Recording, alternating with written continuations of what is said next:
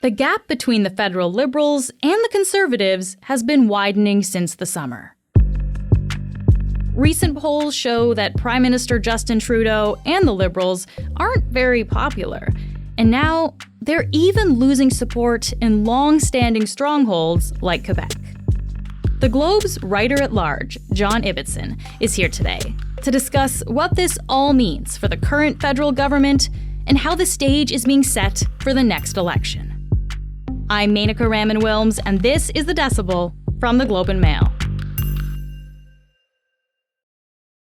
John, thanks for being here. Always a pleasure, Menaka. Can we start by just talking about these latest polling numbers, John? Why do you find them significant?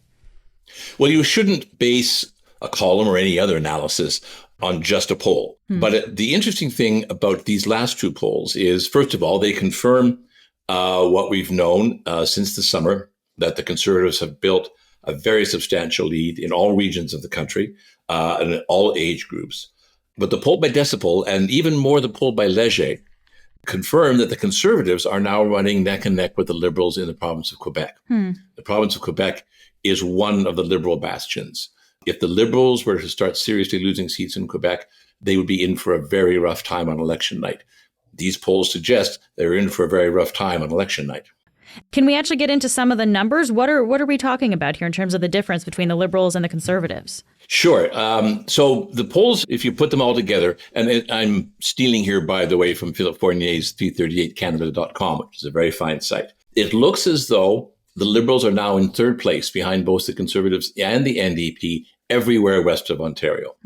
In Ontario, they are more than 10 points behind the Conservatives. That means that they are going to not only not take any seats in rural Ontario, because that's the Conservative base in Ontario, but they're going to start seriously losing seats in the 905, in the suburbs surrounding Toronto, the suburbs surrounding Ottawa as well. They could even be losing seats in the downtown because the NDP could start encroaching on their support there. You now look at the possibility that they could lose seats both to the Bloc and even to the Conservatives in Quebec. And their last bastion, Atlantic Canada, has the Tories well ahead of the Liberals. So there isn't a region of the country where the Liberals aren't in trouble. There isn't a place within their own electoral base, Montreal, Toronto, and Vancouver, in which the Liberals are not in trouble. This isn't, at this point, we're still a ways away from the next election. But at this point, if election were held tomorrow, the Liberals would not just be facing a loss, they'd be facing a shellacking. And the Quebec numbers in particular are important to pay attention to here, John. Why is that? Quebec is the hardcore base for the Liberal Party. If you were talking about where our party is centered, well, the Conservatives are centered in the Prairie provinces. The Liberals are centered in the province of Quebec and in Toronto and Vancouver. If they are falling behind the Bloc in Quebec, that's bad. If they are competitive with the Conservatives in Quebec, that's even worse. That means at the core of your support, that support is weakening. What about Trudeau specifically, John? Do we know about his popularity? Yes, he is deeply unpopular. The latest polling by Nick Nanos for the Globe and Mail shows that 46% of Canadians think he is doing a poor job. Only 25% of Canadians think he's doing a very good job. That's almost not quite 2-1. That is the rating that you see when a politician is deeply unpopular, which he is. Yeah, it's really interesting to hear those numbers now because, remembering back to 2015, right, when Trudeau was first elected, there was so much excitement about him. The party had just gone through a couple of unpopular leaders, of course, Stéphane Dion, Michael Ignatieff, and Trudeau came along then with his sunny ways, and he was really popular and really revitalized the party. When did things start to turn for Justin Trudeau? To my money, things started to go wrong with the SNC-Lavalin affair. When the Globe and Mail broke the stories that Mr. Trudeau and his advisors had tried to put pressure on the Attorney General, Jody Wilson-Raybould, to, in essence, strike a plea deal for the engineering firm SNC-Lavalin, all of that sunny ways, all of that optimism, all of that seemed to just evaporate. And he became an embattled leader struggling to preserve his government. If you remember, the Liberals then lost the popular vote in the 2019 election. And then they lost the popular vote in the 2021 election. And by now, we were into the pandemic, which I think on the whole, most of us, including me, think that the Trudeau government handled as well as might have been expected. There were problems, but they were handled as well as might have been expected. But then out of the pandemic came inflation. And out of the inflation came rising interest rates. It was impossible for people to meet their obligations to buy food and to pay rent and to fuel the car. Life was just getting tough for people. And when life gets tough for people, the government takes the blame. And that's when the polls started to show this widening gap between the Liberals and the Conservatives. It's interesting, though, to think about those other bigger things that you're talking about here, because I wonder, like, how much is this about Justin Trudeau and how much is this kind of just like, a government kind of reaching a stale point? Because it seems like since the 80s, we've kind of had the seesaw, right? 10 years Conservative-ish, 10 years-ish for the Liberals. Like, how much is this just kind of a trend that happens in Canada? Well, it's hard to measure one versus the other, but you're absolutely right. Brian Mulroney governed for about a decade. And then became very unpopular. The cause appeared to be the implementing the GST, the failure of the Charlottetown Accord, but he was clearly headed for defeat. Jean Chrétien and Paul Martin governed for about a decade. The sponsorship scandal was the thing that did them in. But after about a decade, they were replaced by Stephen Harper. Stephen Harper governed for a decade, and along came the charismatic, young, and exciting Justin Trudeau. And so he was defeated. So even if everything was going fine, we'd be looking at the fact that Justin Trudeau will be a decade in power if the election is held next year. We'd be looking at the fact that no one has won 4 consecutive elections since Laurier.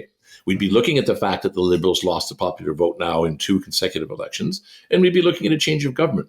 That would be, I think, the situation under any circumstances. You take to that the consequences of the pandemic. You add to that inflation, you add to that interest rates, you add to that housing unaffordability, and you get the situation we're in now. Let's talk about Pierre Poilievre, too, as well, the Conservative leader. Before him, there was Aaron O'Toole, there was Andrew Scheer, who weren't leaders who generated that much excitement. But Poilievre seems to have a bit of like an it factor. People are getting excited about him. How does his popularity play into all of this, John? Well, some people are getting excited about him. Absolutely. Mr. Poilievre generates enthusiasm among core Conservative voters in a way that neither Mr. Scheer nor Mr. O'Toole did. They love him. The fundraising is amazing. The energy is amazing.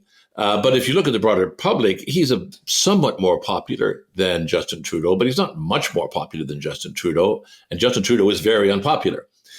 So I don't think this is a Pierre Poilievre wave so much as it is a Justin Trudeau depression. But there's also something else going on as well. We are seeing across the developed world populist right-wing leaders generating enthusiasm among especially younger voters. We saw it in the elections in the Netherlands. We saw it in Argentina. We're seeing it in regional elections in Germany and elsewhere. Young people are angry. They're angry everywhere. They feel they've been let down. They feel that they don't have the hopes and the expectations that their parents had. And they are reacting by flocking to populist conservative leaders. I think that is happening here as well with Mr. Poilievre. But I think right now, Mr. Poilievre is beating Mr. Trudeau pretty much everywhere, no matter what the age range and no matter what the gender, no matter what the region. I can't think of anywhere where the Liberals can point and say, here, at least we're more popular with these people. So that's the Conservatives. Let's talk about the NDP as well. Of course, they have the supply and confidence agreement with the Liberals to help keep them in power. Jagmeet Singh is also trying to push through his pharmacare plan. He set kind of the end of February as a deadline to see progress on that.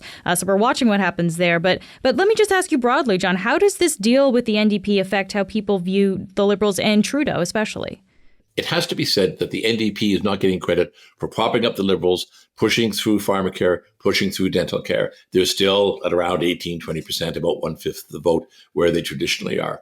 It also has to be said that Mr. Singh is not very popular in Quebec. The Great Orange Wave that Jack Layton engineered in 2011, even Tom Mulcair had substantial support in Quebec when he was leader of the NDP. That's gone. That said, the NDP aren't that far behind the Liberals. The Liberals always say at election time, you can't vote NDP, it'll split the vote, we'll get Conservatives elected. But if the NDP can pull up its popular vote in the Greater Vancouver area, in the Toronto area, maybe even in parts of the 905, then you could have an evening out. You could have the Liberals and the NDP close together in the polls, at which point that Liberal argument, you can't split the vote, ceases to be a very compelling argument because the NDP could be doing just as well as the Liberals. I'm not saying that's going to happen, but it's a possibility. The Liberals must stop this erosion of support. If it gets any worse, they could find themselves in third place, which they were in 2011. We'll be back after this message.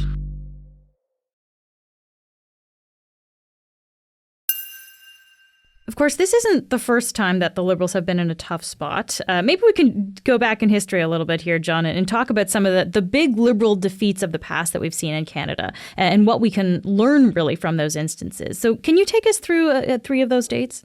Sure. Let's look at 58, 84, and 2011. So in 1958, John Diefenbaker had won the year before a minority government. The Liberals had responded by making Lester Pearson the new leader of the Liberal Party. Pearson made a terrible mistake. He went straight to the House of Commons and said that John Diefenbaker should resign as Prime Minister and let the Liberals take over.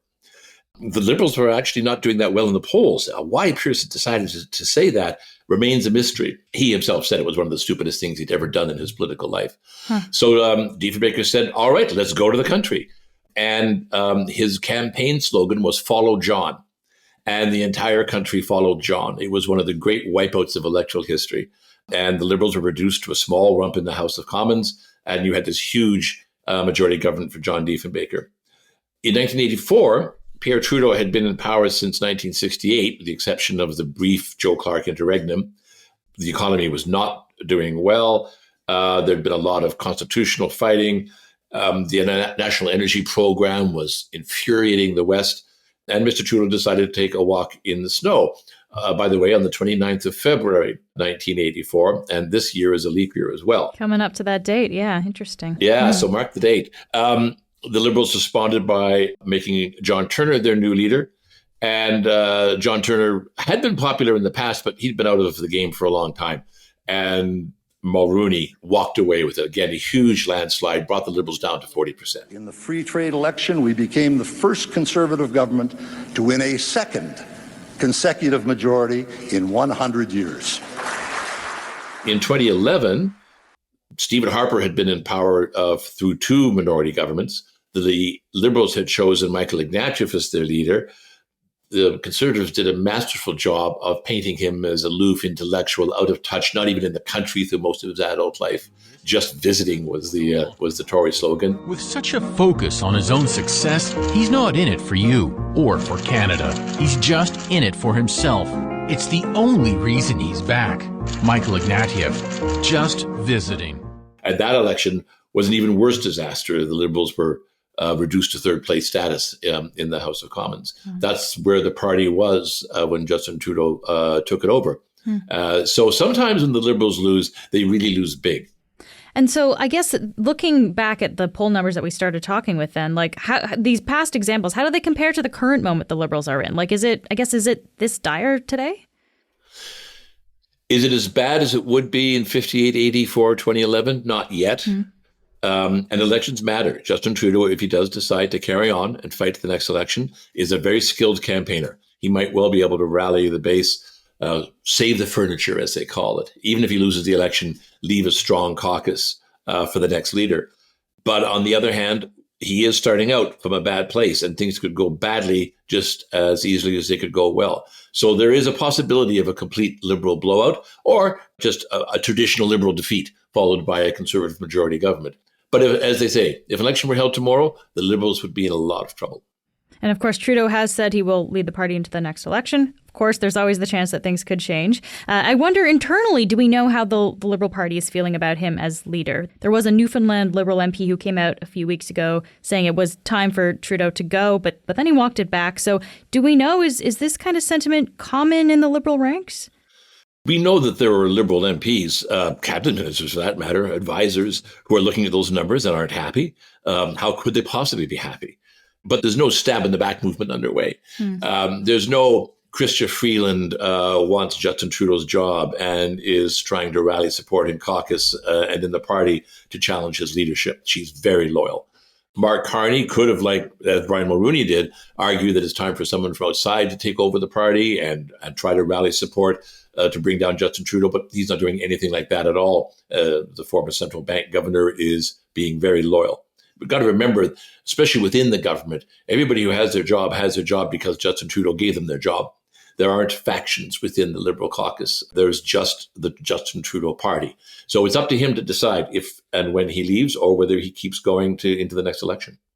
And when we talked to you last, John, you said that if he were to leave, if he were to step down, he had to do it soon to kind of let a new leader take the reins and have some time before they ran into a next election. Has that time passed? Is it too late for him to step down now? No, but soon has become now. You could see him stepping down in March or even April. The party could have a 6-month leadership campaign. The new leader and prime minister would be in place by October or November, giving them about a year if they wanted it, and one more budget to introduce the government to the people and try to create a new brand, a new image. But you can't leave it later than that. We're not talking months now. We're talking weeks. And in a few weeks, we're going to be talking days. And I guess what is the argument for what is best for the party? Is there an argument that Trudeau should stay on, even if it means he loses the next election? Absolutely, there's an argument for him staying on. And it goes like this. Absolutely did not work for the Liberals to replace Pierre Trudeau with John Turner. Absolutely, it did not work for the Conservatives to replace Brian Mulroney with Kim Campbell. So why would it work to replace Justin Trudeau with someone else? The other thing that you can say in favor of him staying on is that he is a skilled campaigner. If he took the party into the next election, even if he lost the election, even if it was a Conservative majority government, he would leave the party in decent enough shape that the next leader would have something to build from. Whereas if he leaves now, the new leader could find themselves in just the same place that John Turner and Kim Campbell were at. They could suffer a serious defeat, and then you'd have all the knives really coming out. The faction that wants to keep the leader in place, the faction that wants the leader replaced. You'd be going right back to where the Conservatives were after Andrew Scheer's defeat, after Aaron O'Toole's defeat, where the Liberals were during the years of Stephen Harper. So there's those good arguments for him staying on, if he chose to stay on. A lot, of course, can change quickly in politics. So I want to kind of look forward here for the last few minutes, John, and talk about what might affect things in the coming year. I want to ask you specifically about ArriveCan. And this is, of course, the app that you had to use if you were coming into the country during the pandemic. There's a lot of questions now about how much money was spent actually developing this app and a lot of things around this. Do you think this is going to be a factor in the coming months for this party? I think there are two factors, one positive, one negative for the Liberals. And absolutely the negative factor, bar none, is ArriveCan. It's beginning to feel like the sponsorship scandal. Tens of millions of dollars flowing out the door, and no one's quite sure where the money went, into whose pockets, and what work, if any, got done for it. The sponsorship scandal, which essentially involved much the same thing, which the Globe broke in the early 2000s, in essence brought down Paul Martin's government. And Justin Trudeau was unpopular even before ArriveCan arrived. So they're going to have to weather that. And they're already in a weak position.